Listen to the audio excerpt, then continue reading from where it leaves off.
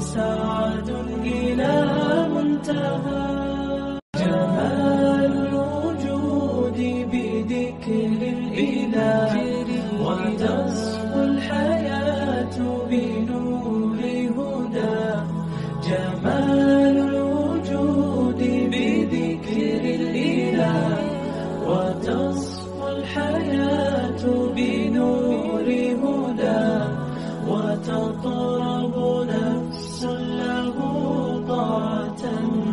ويبلغ سعد إلى منتهى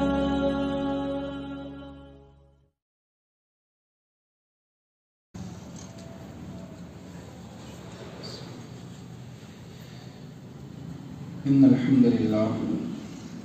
نحمده ونستعينه ونستغفره ونعوذ بالله من شرور أنفسنا ومن سيئات أعمالنا من يهده الله فلا مضل له ومن يضلل فلا هادي له وأشهد أن لا إله إلا الله وحده لا شريك له وأشهد أن محمدا عبده ورسوله أما بعد فإن خير الحديث كتاب الله وخير الحدي حدي محمد صلى الله عليه وسلم وشر الأمور محدثاتها وكل محدثة بدعة وكل بدعة ضلالة وكل ضلالة في النار فقال الله تعالى في كتابه المجيد فأعوذ بالله من الشيطان الرجيم بسم الله الرحمن الرحيم يا أيها الذين آمنوا أطيعوا الله وأطيعوا الرسول ولا تبطلوا أعمالكم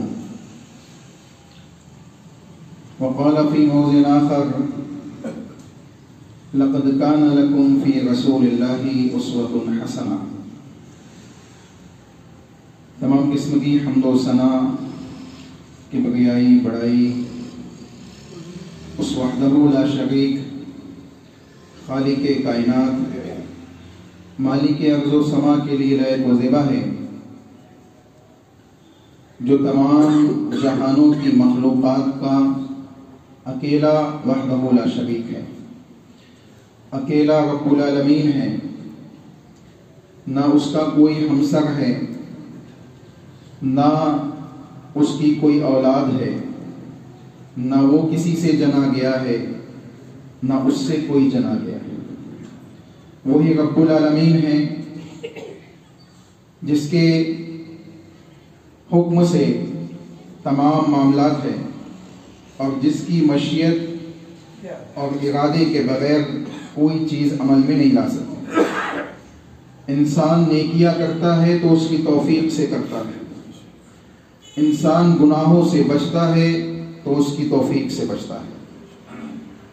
وہی رب العالمین کی ذات ہے کہ جب وہ اپنے رحم میں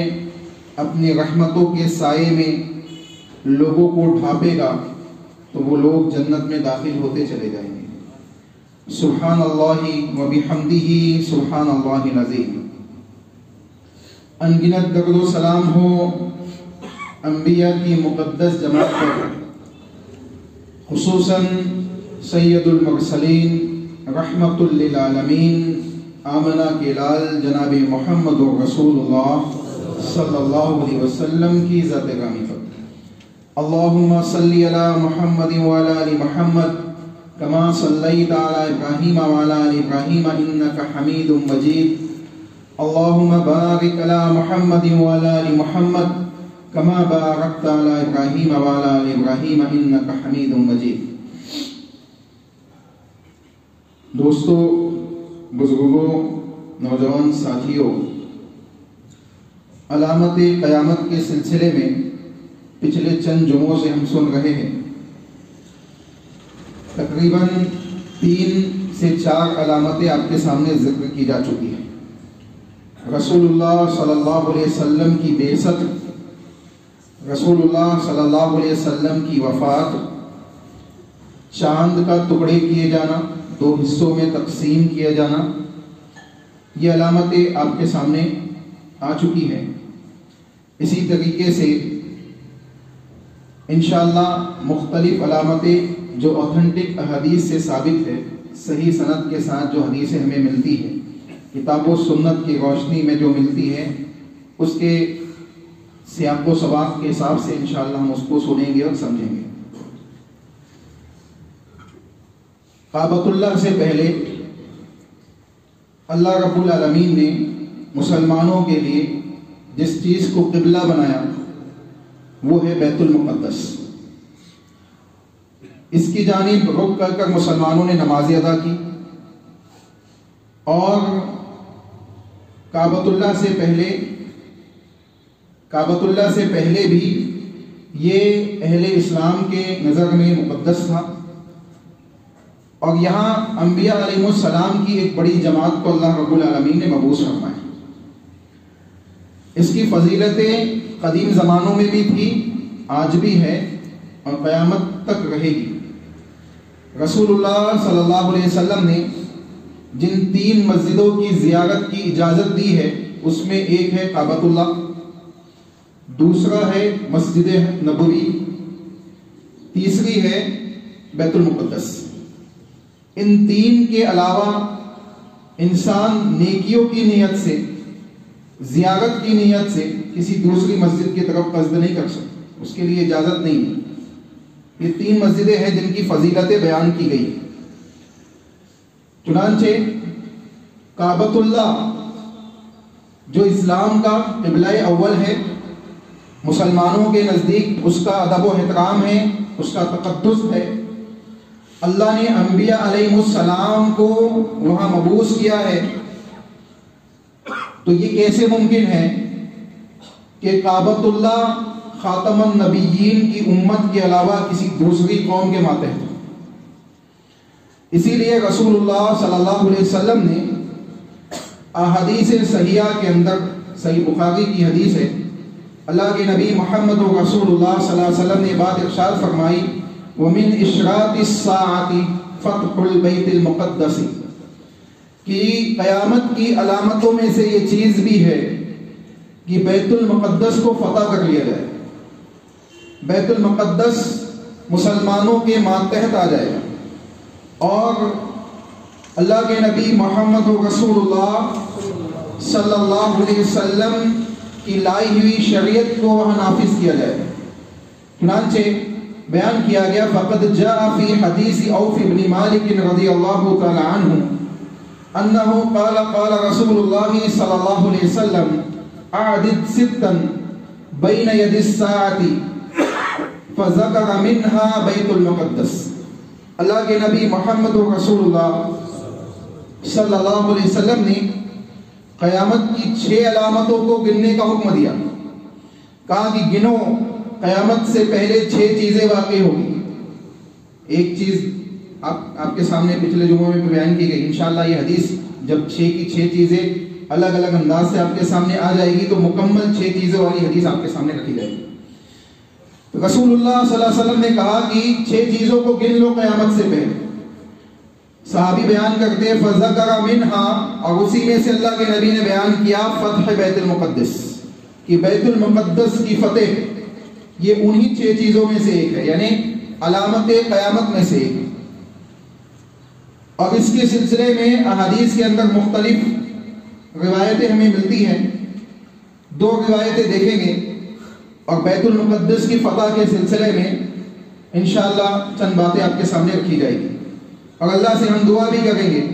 کہ اللہ رب العالمین رسول اللہ صلی اللہ علیہ وسلم کی اس پیشن گوئی کو قبول فرمائے اور اس کو کامیابی کا درجہ عطا فرمائے۔ اللہ کے نبی محمد رسول اللہ صلی اللہ علیہ وسلم نے اس کو علامت قیامت میں ذکر کیا،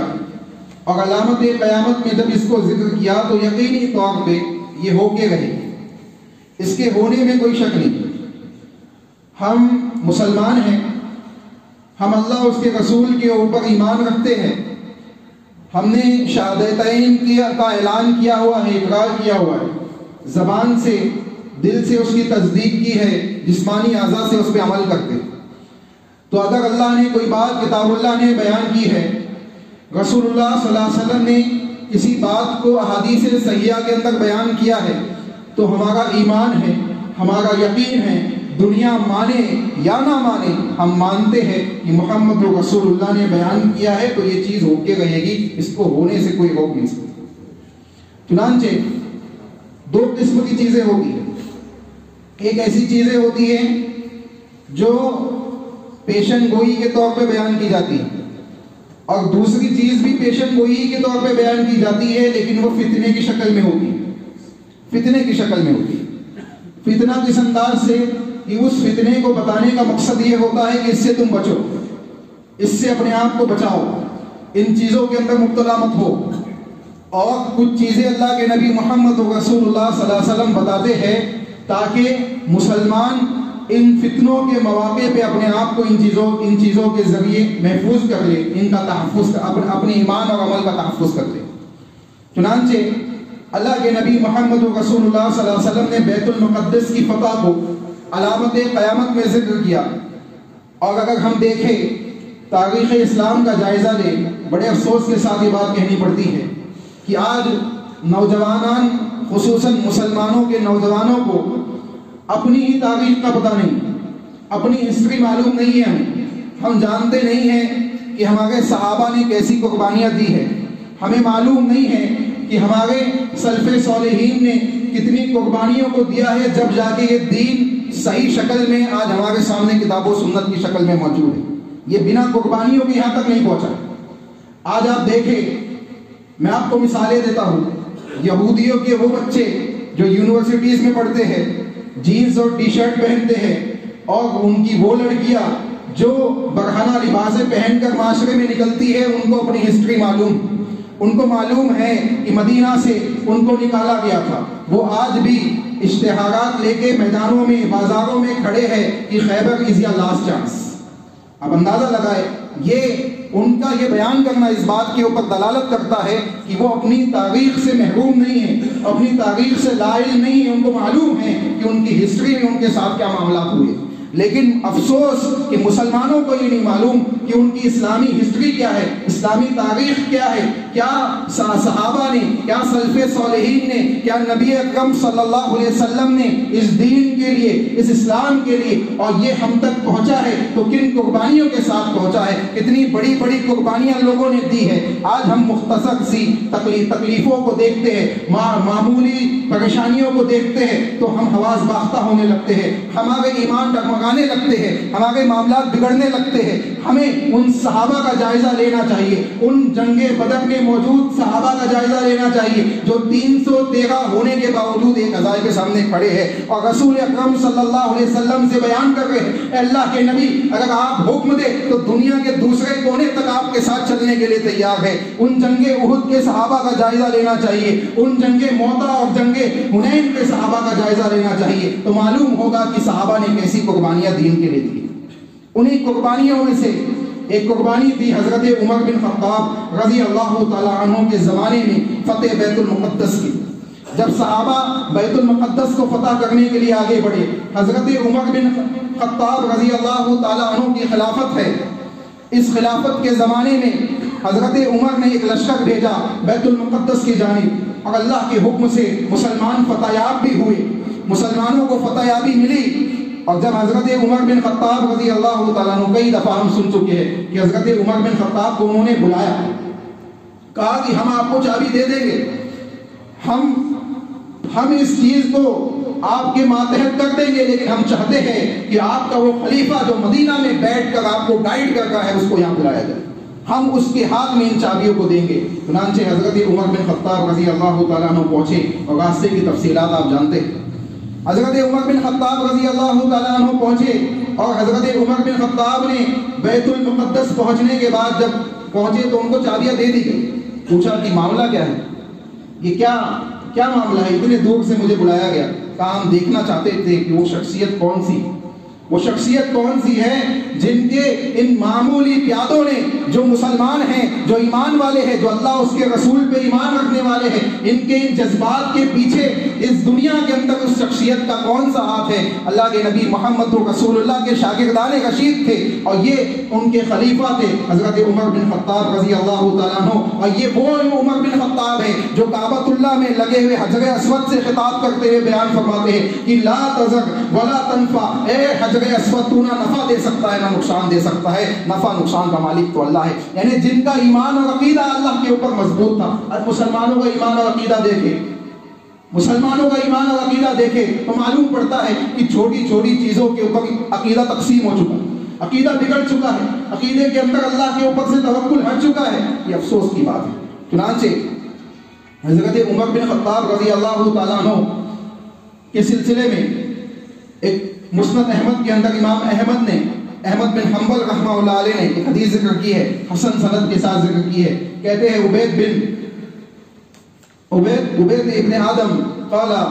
سمعت عمر بن الخطاب رضی اللہ تعالیٰ عنہ، وہ کہتے ہیں کہ عمر بن خطاب رضی اللہ تعالیٰ عنہ سے میں نے سنا، یقول لی کعب ابن الاخیار سگا ان اصلی، حضرت کعب بن احبار ایک شخص ہے جو حضرت ابو بکر صدیق کے زمانے میں ایمان لاتے ہیں، حضرت ابو بکر صدیق کے زمانے میں ایمان لاتے ہیں، حضرت عمر کا بھی زمانہ پاتے ہیں، حضرت عثمان غنی کا بھی زمانہ پاتے ہیں۔ تقریباً اہل علم نے لکھا ہے 100 سال کی زندگی پائی انہوں نے، 100 سال یا اس سے زائد کی زندگی پائی۔ یہ شخص حضرت عمر رضی اللہ تعالیٰ عنہ کے ساتھ بیت المقدس میں کھڑے ہیں، اور عمر بن خطاب رضی اللہ تعالیٰ عنہ ان سے پوچھتے ہیں کہ تم کیا دیکھتے ہو کہ مجھے کہاں نماز پڑھنی چاہیے؟ یعنی میں بیت المقدس میں آ چکا ہوں، میں فتح اللہ نے مجھے عطا کر دی ہے، الحمدللہ ہم اس کو فتح کر چکے، لیکن اب نماز کہاں پڑھی جائے؟ وہ کہتے ہیں فقال ان اخذت انی صلیت خلف الصخرۃ، اے عمر اگر آپ مجھ سے پوچھتے ہیں تو میں تو یہ چاہتا ہوں کہ صخرہ کے پیچھے آپ نماز پڑھیں۔ صخرہ ایک مقام ہے جہاں سے بیت المقدس پورا کا پورا، جب اس کے پیچھے نماز پڑھیں گے تو پورا بیت المقدس سامنے آ جائے۔ تو حضرت عمر بن خطاب رضی اللہ تعالیٰ عنہ نے جب یہ بات سنی، دیکھے کسی سے صلاح لینے میں کوئی حرج نہیں، کسی صحابی سے نہیں پوچھا، تابعی ہے، ان سے سوال کیا۔ حضرت عمر بن خطاب رضی اللہ تعالیٰ عنہ نے صلاح تو لے لی، لیکن وہ صلاح چونکہ رسول اللہ صلی اللہ علیہ وسلم کے قول و فعل کے خلاف تھی، اس کو تسلیم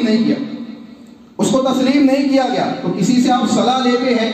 تو بات سمجھ میں آتی ہے، لیکن اگر وہ صلاح کتاب و سنت کے خلاف ہوگی تو وہ صلاح ایکسیپٹیبل نہیں ہوگی، وہ کام، وہ عمل ایکسیپٹیبل نہیں ہوگا، اس کو قبول نہیں کیا جائے۔ چنانچہ حضرت عمر بن خطاب رضی اللہ تعالیٰ عنہ نے ارشاد فرمایا فقال عمر زاہیت یہودیہ لا ولکن اصلی حیث رسول اللہ صلی اللہ علیہ وسلم، کہتے ہیں کہ تو نے تو یہودیوں کی مشابہت والی بات کہہ دی، تو نے جو بات کہی ہے یہ تو یہودیوں کی مشابہت والی ہے، یہودی بھی اسی جگہ نماز پڑھتے ہیں اور بیت المقدس ان کے سامنے ہو جاتا ہے، بلکہ میں اس بات کو نہیں مانوں گا، بلکہ میں تو وہ کام کروں گا جو رسول اللہ صلی اللہ علیہ وسلم نے کیا تھا یا اللہ کے نبی صلی اللہ علیہ وسلم کی خواہش تھی۔ کہتے ہیں کہ رسول اللہ صلی اللہ علیہ وسلم کے سلسلے میں فجاء عمر بن الخطاب رضی اللہ تعالی عنہ الى القبلۃ، اللہ کے نبی صلی اللہ علیہ وسلم جس کعبۃ اللہ کی طرف رخ کر کے نماز پڑھنے کا اللہ کے نبی کو حکم دیا گیا، اللہ نے بیت المقدس کو تبدیل کیا اور کعبۃ اللہ کو قبلہ بنایا، حضرت عمر بن خطاب بھی اسی قبلے کی طرف رخ ہوئے اور اپنی چادر نکالی، اور چادر نکالنے کے بعد وہاں جو کچرا اور مختلف چیزیں پڑی ہوئی تھی اس کو صاف کیا، اپنی چادر میں سمیٹ کے سائیڈ میں کیا، اور جب لوگوں نے دیکھا جو آپ کے مقتدی تھے، آپ کے پیچھے کھڑے ہو کے نماز پڑھنے والے تھے، ان سب نے بھی اسی قسم کے معاملے کو انجام دیا کہ انہوں نے بھی اپنی چادریں نکالی اور وہاں کے کچرے کو صاف کیا، کسی دوسرے کو حکم نہیں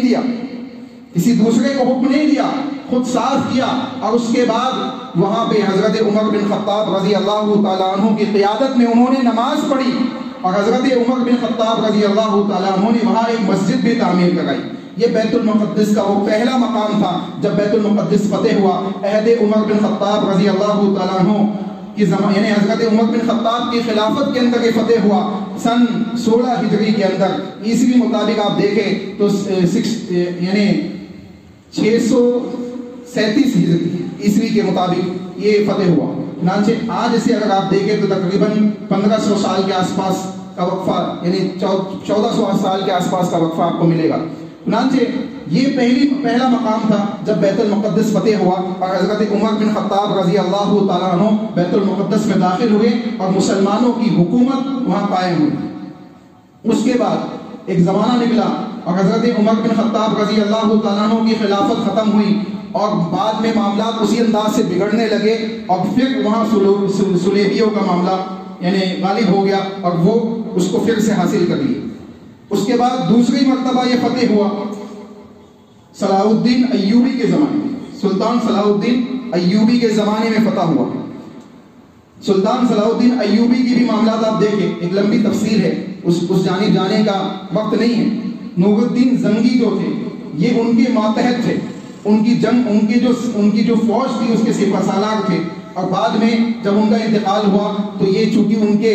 رشتہ داروں میں بھی ان کا تعلق تھا, چنانچہ انہوں نے ایک فوج کے ذریعے وہاں حملہ کیا اور اللہ رب العالمین نے ان کو بھی فتح یابی عطا فرمائی. تو آپ دیکھیں حضرت عمر بن خطاب کا کیریکٹر اور کردار دیکھیں اور حضرت صلاح الدین ایوبی کا کیریکٹر اور کردار دیکھیں تو آپ کو معلوم پڑے گا کہ یہ وہ شخصیات تھی جنہوں نے کتاب و سنت کو اپنی زندگی کے لیے آئیڈیل بنایا تھا, جنہوں نے رسول اللہ صلی اللہ علیہ وسلم کے اخلاق, اللہ کے نبی کے فرامین کو اپنی زندگی کا لاہ عمل بنایا. اللہ رب العالمین نے دنیا میں بھی کامیابی عطا فرمائی اور انشاءاللہ کل قیامت کے دن بھی ان لوگوں کو کامیابی عطا فرمائی جائے گی اللہ رب العالمین کی جانب سے. چنانچہ حضرت سلطان صلاح الدین ایوبی کا جو زمانہ تھا اس کا اگر آپ جائزہ لیں تو 583 یعنی 583 ہجری کے اندر انہوں نے اس کو فتح کیا. یعنی تقریباً ابھی اسے اگر آپ حساب لگائیں تو 900 سال کے آس پاس کا عرصہ پڑے گا. تو پتہ یہ چل رہا ہے کہ دوسری مرتبہ حضرت سلطان صلاح الدین ایوبی کے زمانے میں یہ فتح ہوا, لیکن جو علامت اللہ کے نبی محمد رسول اللہ صلی اللہ علیہ وسلم نے بیان کی ہے من اشراق الساعہ, فتح بیت المقدس, کہ بیت المقدس کی فتح بھی علامت قیامت میں سے ہے, تو ممکن ہے کہ یہ حضرت عمر بن خطاب کے زمانے میں جو پیش آیا وہی علامت قیامت مکمل ہو گئی ہو, یا جو حضرت سلطان صلاح الدین کا تو معاملہ دوسرا تھا, پہلا کس کا تھا حضرت عمر بن خطاب کا. لیکن اس کے باوجود اگر آپ صحیح مسلم کتاب الفتن کی ایک حدیث دیکھیں, صحیح مسلم کتاب الفتن کے اندر ایک حدیث ہم کو ملتی ہے جس میں اس بات کی وضاحت ہے کہ قیامت سے پہلے ایک اور لشکر نکلے گا جو بیت المقدس کی طرف بڑھے گا اور اللہ رب العالمین ان کو فتح یابی عطا فرمائے گا, یہاں تک کہ اس وقت جو وہاں درخت ہوگے, دیواریں ہوگی اور مختلف چیزیں ہوگی, وہ تمام کی تمام بول اٹھے گی کہ اے مسلمان میرے پیچھے یہودی چھپا ہوا ہے, اے مسلمان میرے پیچھے یہودی چھپا ہوا ہے, سوائے ایک درخت کے جس کو آپ بڑ کا درخت کہتے ہیں, غالباً اس کو مختلف نام اس کے معاشرے کے اندر موجود ہے, اس کی بڑی بڑی شاخیں ہوتی ہے جو زمین میں آ کے گڑ جاتی ہے, اس درخت کے پیچھے چھپیں گے جس کی یہودی پوجا بھی کرتے ہیں, اور وہ درخت یہودیوں کو پناہ دے گا. اس کے علاوہ بقیہ تمام چیزیں یہودیوں کے سلسلے میں بتائے گی اے مسلمان یہ میرے پیچھے چھپا ہوا ہے, اے مسلمان یہ میرے پیچھے چھپا ہوا ہے. چنانچہ اس وقت اللہ رب العالمین مسلمانوں کو فتح یابی عطا فرمائے گا. ایک بات یہ بھی معلوم پڑتی ہے کہ من اشراط الساعہ کے اندر وہ بات بھی ہو سکتی ہے جو رسول اللہ صلی اللہ علیہ وسلم نے صحیح مسلم کی حدیث میں بیان کی کہ قیامت کی علامت میں سے یہ ہے کہ بیت المقدس کو فتح کیا جائے گا. اس کا مطلب ہے کہ وہ آخری وقت ہوگا جب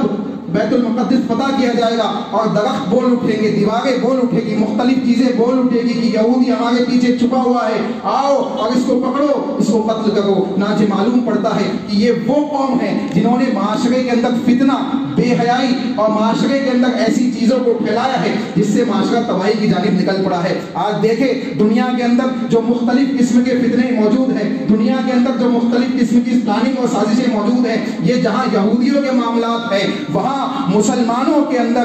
دین کی غفلتی, دین سے دوری اور اللہ اس کے رسول کے فرامین سے اپنے آپ کو پیچھے کر لینا, اللہ اس کے رسول کے فرامین کو بالائے طاق رکھ دینے کی وجوہات کے اندر شامل ہے. اگر ہم جائزہ لیں, ہم صرف یہ کہتے ہیں کہ یہ یہودیوں کے معاملات ہے. ہم یہ یہودیوں کے معاملات نہیں ہیں. جہاں یہودیوں کے معاملات ہے وہاں ہماری غفلتیں بھی موجود ہیں، وہاں ہمارا کتاب اللہ سے دوری کا سبب بھی موجود ہے، رسول اللہ صلی اللہ علیہ وسلم کی احادیث کا نہ جاننا بھی موجود ہے۔ ہم نے اللہ کی کتاب کو چھوڑا ہوا ہے، ہم نے رسول اللہ کے فرامین کو چھوڑا ہوا ہے، ہم نے منہج صحابہ کو چھوڑا ہوا ہے، ہم نے فہم صحابہ کو چھوڑا ہوا ہے، جس کی وجوہات یہ ہے کہ آج ہمارا معاشرہ تباہیوں کے گڑھے کے اندر داخل ہوتا چلا جا رہا ہے، فتنوں میں ڈوبتا چلا جا رہا ہے۔ ایمان کی یہ کیفیت ہو گئی ہے کہ ایمان ہونے کے باوجود ایسا محسوس ہوتا ہے کہ ایمان نہیں، ایسا محسوس ہوتا ہے کہ ایمان کی کوئی حیثیت بچی نہیں ہے۔ وہ حدیث یاد آتی ہے کہ اللہ کے نبی محمد رسول اللہ صلی اللہ علیہ وسلم نے صحابہ کے درمیان بیان کیا کہ جس طریقے سے بھوکے دسترخوان پہ ٹوٹ پڑتے ہیں، جس طریقے سے بھوکے دسترخوان پہ ٹوٹ پڑتے ہیں، ویسے ہی ایک زمانہ آئے گا کہ مسلمانوں پہ مختلف قومیں ٹوٹ پڑے گی۔ صحابہ نے پوچھا اللہ کے نبی کیا مسلمان تعداد میں کم ہوگے؟ اللہ کے نبی کیا مسلمانوں کے پاس تعداد نہیں ہوگی؟ اللہ کے نبی محمد رسول اللہ صلی اللہ علیہ وسلم نے بیان فرمایا تعداد کثیر ہوگی، کثیر تعداد میں مسلمان ہوں گے، سمندر کی جھاگ کے مانند تعداد مسلمانوں کی موجود ہوگی، لیکن حیثیت کچھ نہیں بچے گی۔ جس طریقے سے سمندر کی جھاگ ہوتی ہے وہ اڑاتے ہوئے کچرے کو لے آتی ہے اور کچرے سے سمندر کو صاف کر دیتی ہے، ٹھیک اسی طریقے سے مسلمانوں کی حیثیت ہو چکی ہوگی، وہ کچرے کی مانند ہوں گے، ان کا رعب اور دبدبہ ختم ہو چکا ہوگا۔ آج ایمان اور عمل صالح کی کیفیت ہماری یہی ہو چکی ہے، جس کی وجہ سے آج مختلف قومیں آپ کے اوپر فتنوں کے مانند ٹوٹ پڑی ہے۔ ہمیں کسی سے لڑنا نہیں ہے، کسی سے جھگڑنا نہیں ہے، پہلے اپنے اعمال کا، اپنے ایمان کا جائزہ لینا ہے، اپنے ایمان اور عمل کو صحیح کرنا ہے۔ جب آپ اپنے ایمان اور عمل کو صحیح کریں گے تو اللہ ایسے اسباب پیدا کر دے گا، اللہ رب العالمین ایسے معاملات کو پیدا کر دے گا کہ جہاں اللہ نے مکہ کی سرزمین کے اندر اہل ایمان کو ہجرت کے راستے ان کے لیے بنا دیے، مدینہ کی سرزمین ان کو دکھا دی، مدینہ کے راستے ان کے لیے نکال دیے، اور مدینہ سے اللہ کے نبی محمد رسول اللہ صلی اللہ علیہ وسلم اور صحابہ نے دین کو دنیا کے کونے کونے تک پہنچایا، دین کو دنیا کے کونے کونے تک پہنچایا بھی، اور فتح مکہ بھی پیش آیا۔ مکہ کی جس سرزمین سے نکالا گیا تھا وہ مکہ بھی اللہ نے واپس کر دیا، وہ مکہ بھی رسول اللہ صلی اللہ علیہ وسلم کے ماتحت آ گیا، جو اس بات کی دلیل ہے کہ اگر انسان صبر و ضبط کے ساتھ ایمان اور عمل کے ساتھ زندگی گزارتا ہے، توحید اور عقیدے کو مضبوط کرتا ہے، اپنے ایمانی معاملات کو اللہ سے جوڑتا ہے، اپنے معاملات کے اندر اللہ رب العالمین کے اوپر یقین اور توکل مضبوط کرتا ہے، تو یقینی معاملات ہے کہ اللہ رب العالمین اس کے لیے اپنی رحمتوں کے دروازوں کو کھولے گا، اس کے لیے اپنے رحمتوں کے فرشتوں کو بھیجے گا۔ جہاں اللہ نے جنگ بدر، احد اور دوسری جنگوں کے اندر اپنے فرشتوں کا نزول کیا، وہاں اللہ رب العالمین آج بھی موجود ہے، جو کل بھی موجود تھا، جو ہمیشہ سے موجود ہے اور ہمیشہ موجود رہنے والی ذات ہے۔ جب وہ اس وقت نازل کر سکتا ہے فرشتوں کو تو وہ آج بھی فرشتوں کو نازل کرنے پہ قادر ہے، لیکن شرط یہ ہے کہ ایمان تو ویسا پیدا ہو، عمل تو ویسا پیدا ہو جیسے صحابہ کا موجود تھا۔ اللہ کے نبی محمد رسول اللہ کے صحابہ کے عمل کی ایک مثال دیتا ہوا اپنی بات کو ختم کر دوں۔ اللہ کے نبی محمد رسول اللہ صلی اللہ علیہ وسلم کے صحابہ کے اعمال کی مثال کا جائزہ لے۔ مثال ایسی تھی کہ جب اللہ کے نبی کو کوئی کام کرتے ہوئے دیکھتے تو یہ نہیں سوچتے کہ اللہ کے نبی نے کیوں کیا ہے، یہ نہیں سوچتے کہ اس کے پیچھے لاجک کیا ہے، یہ نہیں سوچتے کہ یہ کس لیے کیا جا رہا ہے، یہ اس کی وجہ کیا ہے، اس کی تعویل کیا ہو سکتی ہے، اس کے پیچھے حکمتیں کیا ہو سکتی ہے۔ آج مسلمان یہ سوچتا ہے نہیں سوچتا ہے، مسلمان سوچ رہا ہے کہ لاجک کیا ہے، اس کے اندر سائنس کیا ہے، اس کے اندر حکمتیں کیا ہے، ہمیں نہیں معلوم کیا ہے نہیں ہے، اگر سمجھ میں آتی ہے تو سمجھ جائے، اگر نہیں آتی ہے تو اللہ کے نبی محمد رسول اللہ نے بیان کیا ہے، یہی کافی ہے، یہی کافی ہے۔ اور یہ چیز صحابہ میں تھی کہ انہوں نے دیکھا حالت نماز میں رسول اللہ نے اپنے جوتوں کو اتار دیا، یہ نہیں سوچا کہ فرشتے نے حکم دیا ہوگا، اپنے اپنے جوتوں کو نکال دیا۔ اللہ کے نبی محمد رسول اللہ کو دیکھا کہ اللہ کے نبی صلی اللہ علیہ وسلم صلح حدیبیہ کا موقع ہے، اللہ کے نبی صلی اللہ علیہ وسلم نے کہا صحابہ سے کہ اب یہاں سے واپس جانا ہے، اپنے اپنے بالوں کو حلق کرا دو، جانوروں کو ذبح کر دو۔ لمبی ڈیٹیل ہے۔ حضرت ام سلمہ غالباً آپ کے ساتھ تھی، حجرے میں داخل ہوئے،